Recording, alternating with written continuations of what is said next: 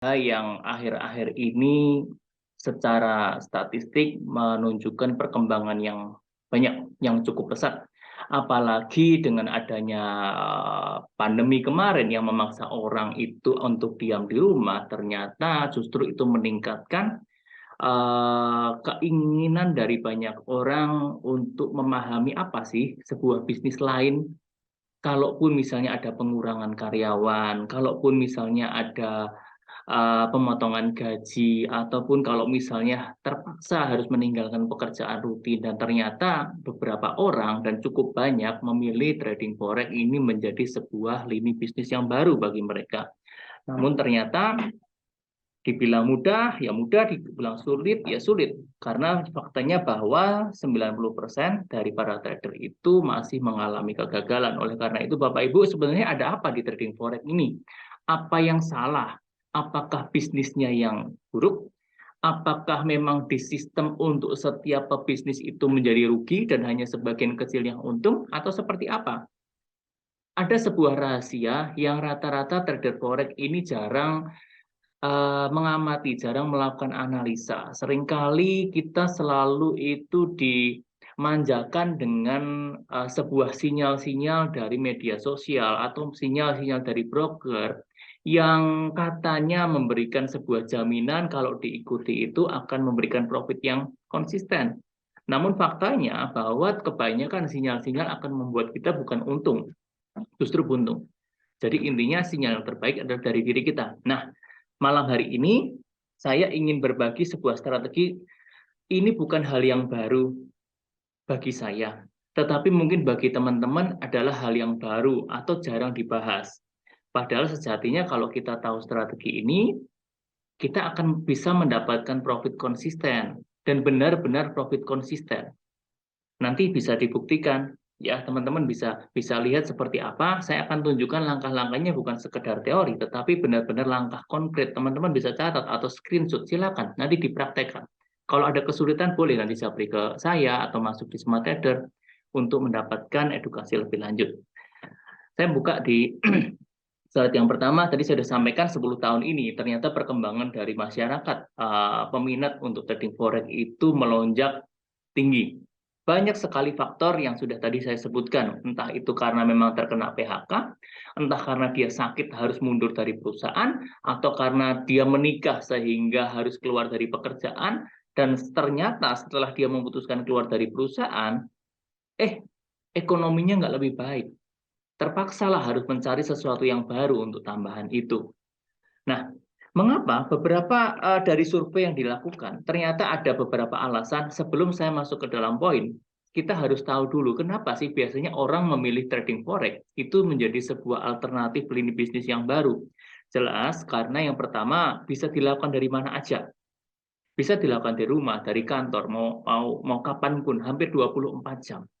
Lalu bisa dilakukan dengan modal yang relatif kecil. Kalau zaman dulu dengar-dengar dari para trader-trader yang senior, termasuk mentor saya Pak Steven, katanya itu kalau mau benar-benar trading itu harus menyiapkan ratusan juta. Kenapa? Karena tidak ada lot yang kecil, minimal satu lot. Sekarang di akun mikro itu bisa 0,01. Berarti betapa bahagianya trader sekarang difasilitasi oleh broker untuk kita bisa melakukan trading yang sama dengan jumlah yang kecil. Ditambah lagi dengan leverage, ada yang leverage 1:100 sampai 500, bahkan di broker-broker luar sampai dengan 1:1000. Jadi dengan modal yang kecil, seakan-akan punya 1000 kali lipat dari modal yang kita miliki. Itu tentu sangat menarik. Lalu ada two-way opportunities, artinya kesempatan untuk beli dan kesempatan untuk jual sama-sama mendapatkan untung. Tentu Bapak Ibu sudah tahu hal ini. Kita bisa buy Euro USD, kita bisa sell Euro USD untuk mendapatkan profit yang sama. Potensi keuntungan yang besar dan lebih cepat jelas. Karena dalam hitungan menit itu bisa mendapatkan potensi keuntungan. Tetapi ingat, seringkali yang kita lihat adalah keuntungannya sama. Dalam beberapa hitungan menit pun kita bisa kehilangan dana cukup besar. Itulah perlunya kita mendapatkan sebuah edukasi yang benar, edukasi yang mumpuni, edukasi yang benar-benar memberikan kita pemahaman mengenai bisnis ini. Bukan sekedar hanya strateginya bagaimana cara entry exit, itu mah gampang. Entry exit kan tinggal pencet tombolnya aja. Tetapi masalahnya kenapa kamu mau buy, kenapa kamu mau sell, kenapa saya mau buy, kenapa saya mau sell. Itu yang jadi masalah. Dasar itu harus kuat dulu. Lalu kenapa orang juga memilih trading forex? Sebagian juga sebagai tambahan income. Banyak teman-teman saya di Semarang, beberapa teman-teman di luar kota, mereka bergabung bukan mereka tidak punya pekerjaan, tetapi mereka punya waktu untuk melakukan trading. Dan pada kesempatan sela-sela waktu tersebut, mereka mendapatkan keuntungan juga. Lalu trading forex juga memiliki kapitalisasi pasar terbesar di dunia. Dan alasan lainnya yang paling paling sebenarnya nggak penting, tapi ternyata banyak trader milenial, trader baru yang ikut-ikutan. Alasannya sederhana, teman saya dapat profit ini besar loh. Teman saya katanya dapatnya ini segini segini segini dan saya ingin dapat yang sama. Padahal dia lupa ada proses yang dijalani oleh beliau. Nah, sebelum bicara mengenai langkah-langkah yang saya kerjakan, kita harus persiapan dulu apa sih sebenarnya yang harus kita siapkan sebelum kita masuk di dalam dunia bisnis trading forex ini. Tentukan yang pertama jelas Bapak Ibu. Bapak Ibu harus tentukan mengenai gaya trading Bapak Ibu dulu. Bapak Ibu ini model seperti apa? Apakah model scalping yang masuk hanya dalam beberapa menit dan keluar mendapatkan profit atau kerugian? Atau Bapak Ibu memiliki gaya trading intraday. Saya lebih cocok ke intraday. Nanti ada alasannya kenapa. Lalu apakah Bapak Ibu orang yang tidak apa namanya punya waktu untuk sering-sering melihat handphone untuk ngecek posisi sehingga memilih swing? Silahkan, apapun gaya trading, tetapi Bapak Ibu sebelum masuk, setelah tahu lini bisnisnya, Bapak Ibu harus tentukan dulu. Bapak Ibu mau jadi seperti apa? Lalu tentukan strategi trading. Strategi trading ini berbeda dengan gaya trading. Nanti saya jelaskan setelah slide ini. Lalu yang ketiga jelas, siapkan modal. Nah, ini yang seringkali jadi masalah Bapak Ibu. Seringkali banyak teman-teman yang bertanya, modalnya berapa sih? Modal itu relatif. Masalahnya bukan besaran modalnya yang penting. Tapi yang penting adalah modal itu benar dari uang dingin atau tidak. Kalau modal yang dipersiapkan, yang digunakan untuk trading, maksudnya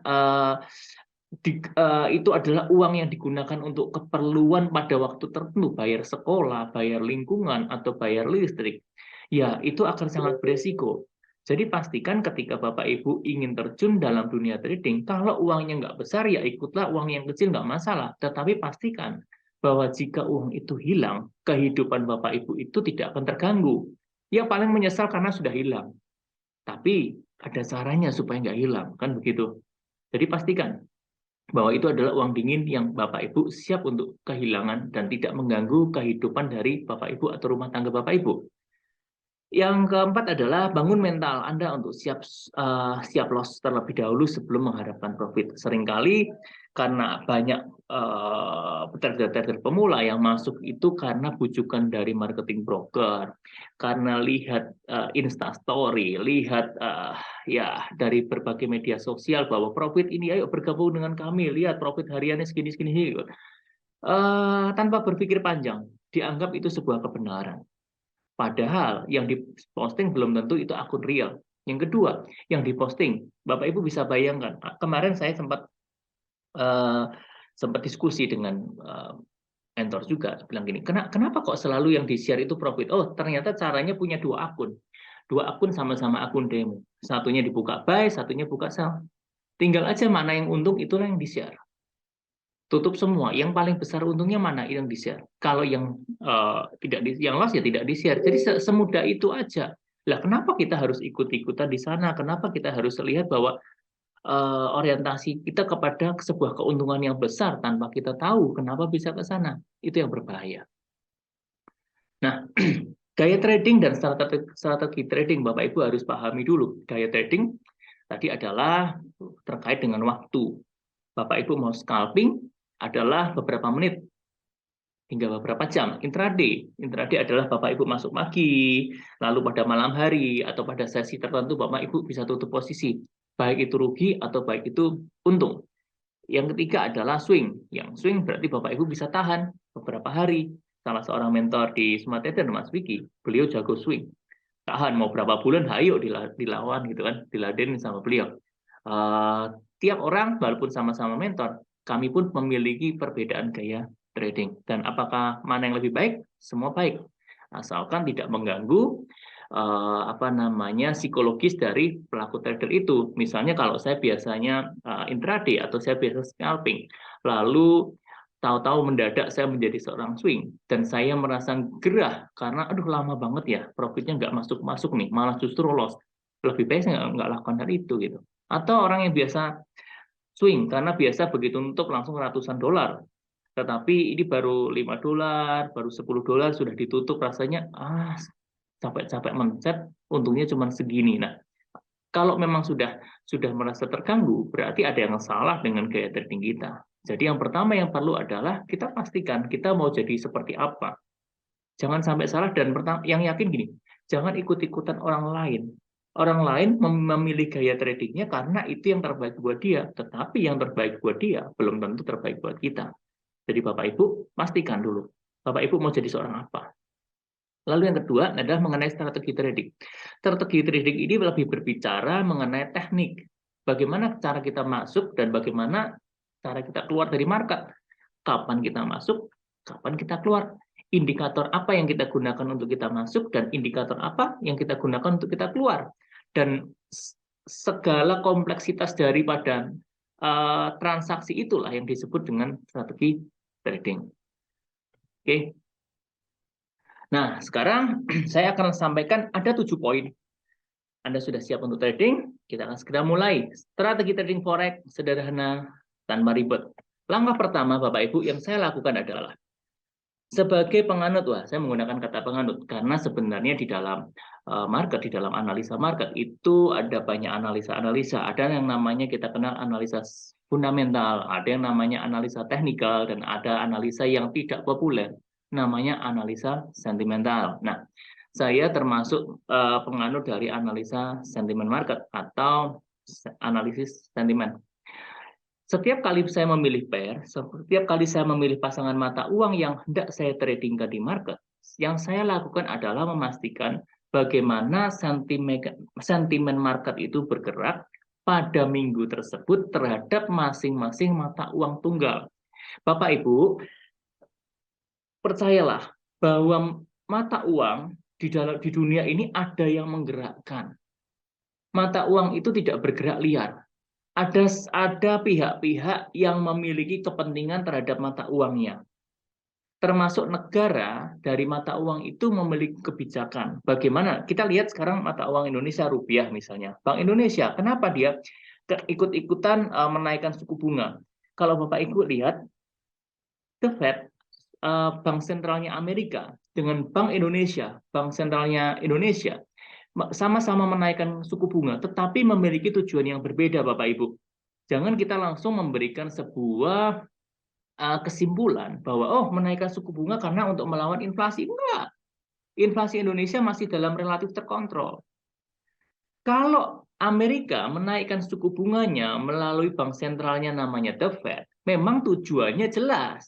Inflasi Amerika terlalu tinggi dan cara yang terbaik, cara yang paling efektif adalah menaikkan suku bunga. Tetapi Indonesia, kita masih dalam relatif yang aman. Kenapa Bank Indonesia ikut menaikkan? Untuk mengamankan dari nilai rupiah itu sendiri. Kalau yang mata uang lain naik, kita nggak naik, nanti uang rupiah itu akan melemah. Jadi untuk menjaga kekuatan dari rupiah, mau nggak mau Bank Indonesia juga akan melakukan hal yang sama, tetapi dengan tujuan yang berbeda. Nah, dengan kita memahami ini dulu aja, kita sudah bisa membaca market. Jadi tujuannya apa dulu gitu loh. Jangan langsung dipukul rata bahwa, wah ini pasti inflasi. Enggak semuanya karena inflasi. Ada tujuan-tujuan yang lain gitu. Nah, saya kembali ke poin yang pertama mengenai sentimen market. Mata uang setiap negara itu dipengaruhi atau ada pembuat kebijakan namanya bank sentral, dan di dalamnya itu juga ada kepentingan-kepentingan untuk menggerakkan mata uang tersebut. Jadi nggak mungkin sebuah mata uang dibiarkan semakin melemah dan melemah terus terhadap mata uang lainnya. Pasti ada intervensi bank sentralnya. Misalnya Indonesia tadi saya sampaikan bahwa diintervensi, suku bunga aku naikin. Kenapa? Kalau suku bunga nggak dinaikin, rupiah akan dilepas, bertukar ke dolar. Kenapa? Suku bunga di Amerika lebih tinggi. Didiemin aja dapat bunga lebih tinggi. Di Indonesia nggak naik bunga misalnya. Tapi ternyata Bank Indonesia pun mengambil keputusan yang sama. Yuk kita naikin juga yuk. Jangan sampai rupiah terus-terusan dilepas sehingga kita melemah mata uangnya. Itulah salah satu. Nah, itu yang pertama. Saya memastikan bagaimana sentimen market itu bergerak terhadap mata uang tunggal. Kalau saya ingin trading mata uang euro, saya lihat euro sedang diapakan oleh pelaku pasar besar. Kalau pelaku pasar besar sedang mengakumulasi, tentunya sebaiknya kita sebagai retail trader ya juga ikut mengakumulasi. Kalau pelaku pasar besar sedang melakukan distribusi terhadap euro, sebaiknya kita sebagai trader retail juga melakukan distribusi. Kalau mereka mengakumulasi berarti kita buy, kalau mereka mendistribusi berarti kita sell. Lalu kan tidak ada kita trading hanya mata uang euro, pasti ada pasangannya apa. Nah, kita lihat, oh ternyata yang sedang didistribusikan adalah mata uang misalnya US dollar misalnya. Misal ya Bapak Ibu, ini sekali lagi hanya contoh di dalam webinar kita, bukan menjadi sebuah rekomendasi. Misalnya US dollar sedang didistribusikan. Oh kenapa? Oh ternyata The Fed sudah melakukan kebijakannya lebih longgar misalnya. Jadi kemungkinan orang menyimpan dolar sudah mulai dilepas, sudah mulai berinvestasi lagi ke hal yang lain seperti itu. Sehingga kita bisa melihat, oh kalau The Fed sudah mulai melunak, sudah bersikap dovish, berarti kemungkinan besar mata uang US dollar akan melemah.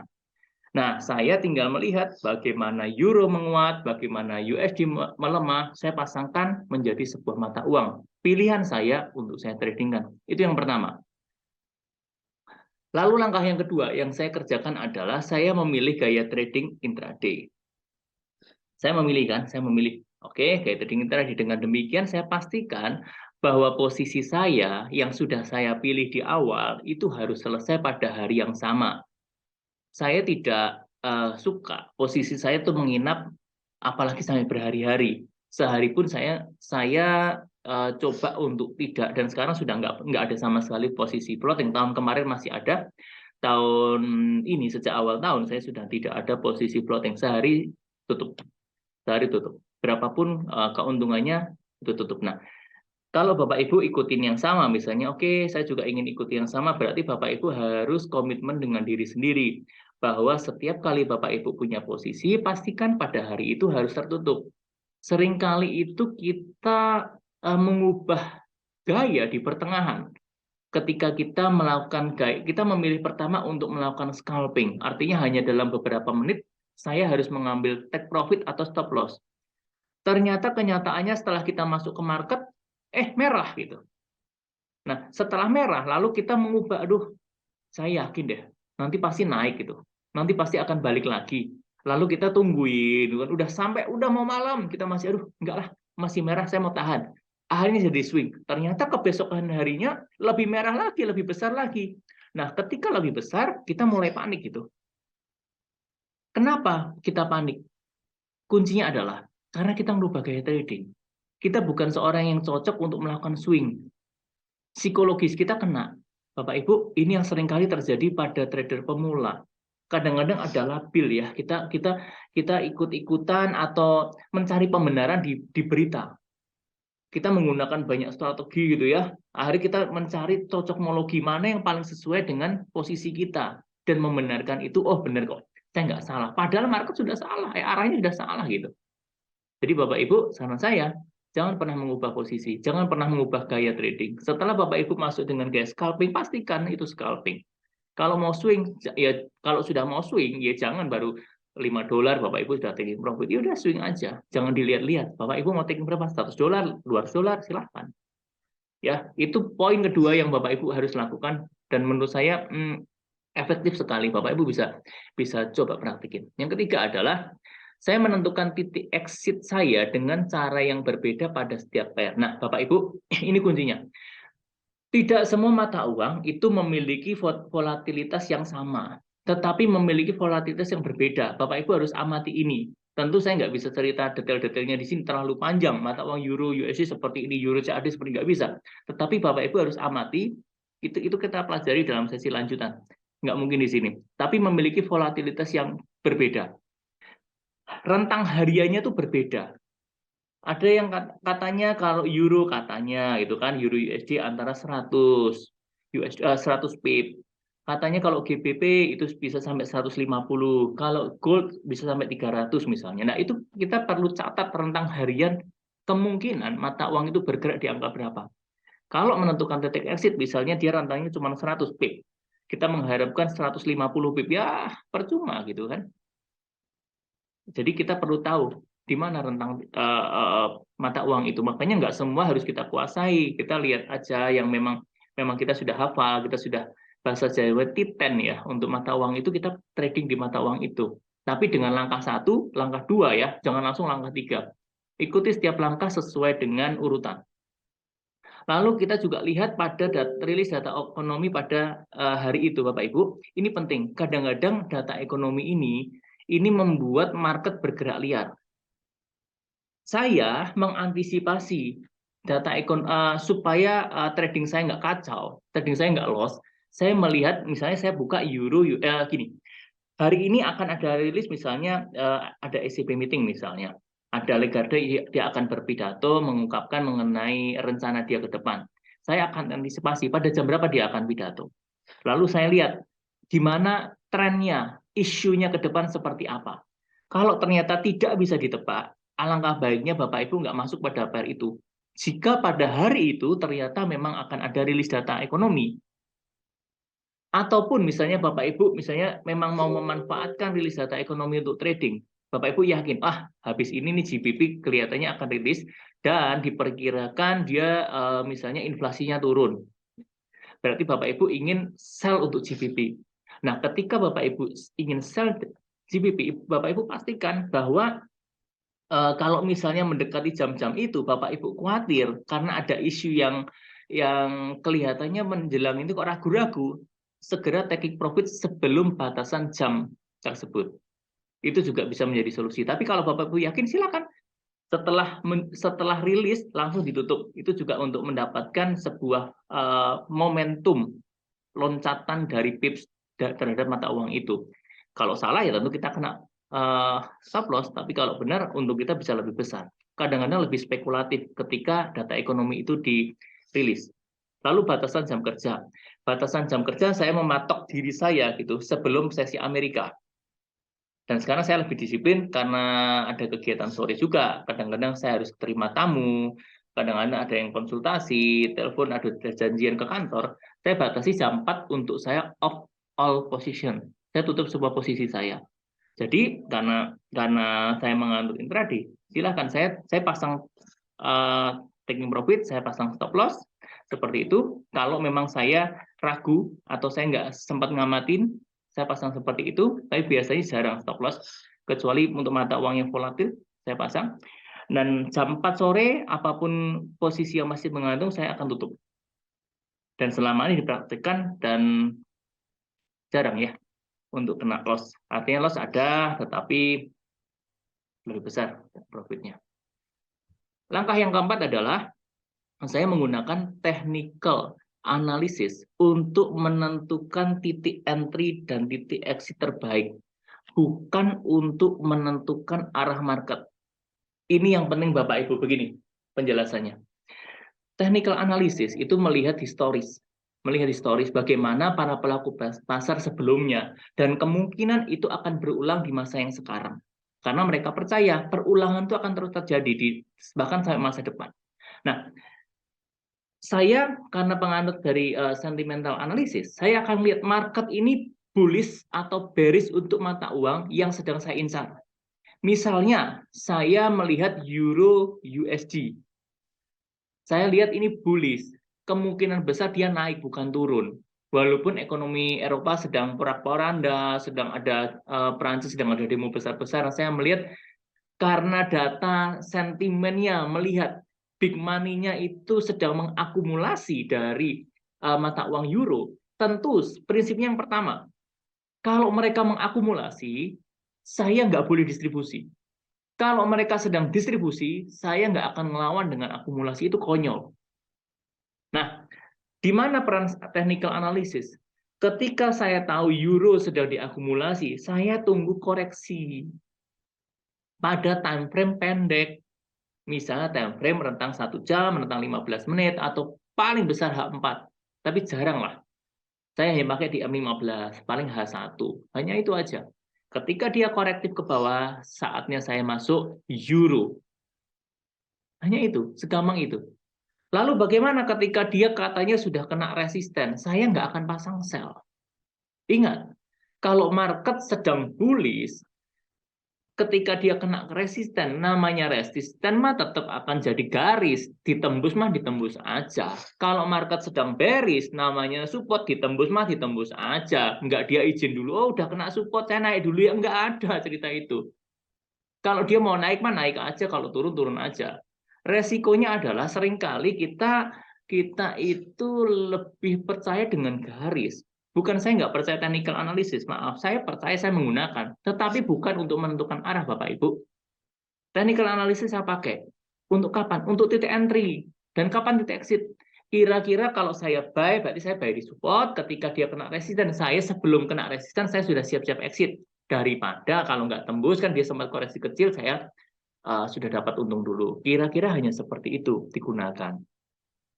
Kalau kita hanya bicara technical analysis yang hubungannya dengan support resistance, bagaimana dengan Fibonacci retracement? Itu cerita lain lagi ya, dibahas di seri yang lain. Poin yang kelima, saya akan berhenti trading ketika loss 2 kali berturut-turut. Misalnya kemarin saya kena GU, GBP USD. GBP USD saya pasang sell, ternyata dia naik. Kenapa saya pasang sell? Ada historisnya. Saya cerita yang pertama, Senin saya dapat, Selasa saya dapat, Rabu dan Kamis saya loss.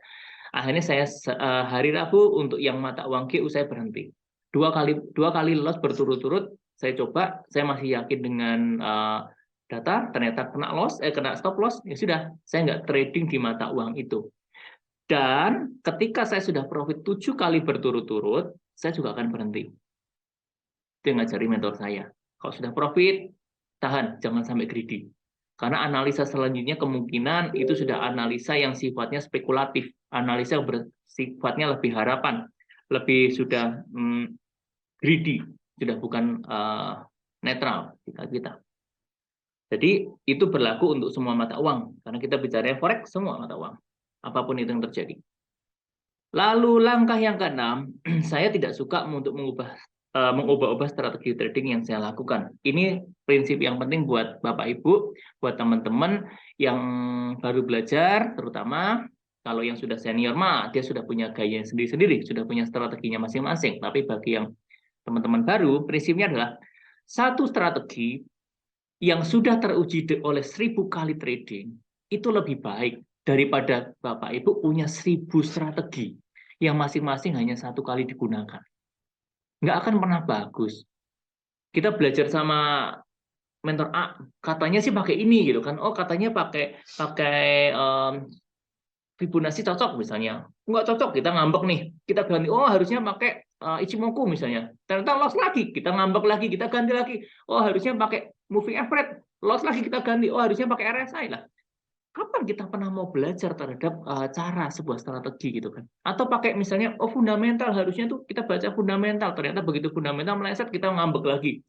Semua cara kita pakai, kita nggak memperbaiki strategi kita. Nggak mendalami kenapa itu loss. Tapi kita menyalahkan kamu ngajarin salah. Alangkah baiknya ketika salah, bukan strateginya. Salah cara pakainya. Itu yang lebih tepat. Poin yang terakhir adalah Bapak Ibu ini. Analisa yang terbaik adalah analisa yang kita lakukan sendiri. Melalui proses yang namanya itu kegagalan berulang. Itu nggak bisa dihindari Bapak Ibu. Makanya di dalam bisnis trading forex ada namanya akun demo. Tapi kebanyakan teman-teman trader pemula nggak mau. Kenapa? Nggak ada duitnya gitu kan. Nggak ada hasilnya, capek doang analisa, nggak dapat apa. Langsung pakai akun asli. Bancos kan? Itu yang berbahaya. Tadi melalui proses kegagalan yang berulang, lalu melalui waktu yang panjang. Jadi nggak ada namanya shortcut. Semua itu butuh namanya waktu. Untuk menjadi seorang profesional trader itu bukan ditempuh 1 hari, 2 hari, bertahun-tahun. Tapi kalau tahunannya itu nggak pernah belajar dalam hariannya menuju tahunan, percuma. Walaupun udah 10 tahun megang handphone yang ada aplikasi MT4, MT5, percuma. Tapi kalau tiap hari diasah, kita akan menjadi trader yang kuat gitu, trader yang tajam dalam menganalisa market. Dan yang terakhir adalah tidak putus asa terhadap market. Kesimpulan dari webinar malam ini adalah trading forex itu menjadi mudah, menarik, dan menyenangkan jika kita tuh memahami lini bisnisnya dengan baik. Bukan sekedar ikut-ikutan, apalagi terbujuk profit yang besar. Ingat Bapak Ibu, memahami resiko di awal adalah lebih baik daripada memikirkan profit di akhir. Karena kita akan selalu memulai itu dari awal. Kita nggak mulai dari akhir dulu balik ke awal. Mudah-mudahan Bapak Ibu bisa paham dengan penjelasan ini. Langkah-langkah, ada 7 langkah yang saya lakukan dan ini saya share ke Bapak Ibu. Bapak Ibu boleh praktekkan, ada yang kurang jelas, ada yang ragu-ragu, kita diskusikan malam hari ini. Oke, saya akhiri slide, saya kembalikan ke Kak Amel. Silahkan Kak Amel.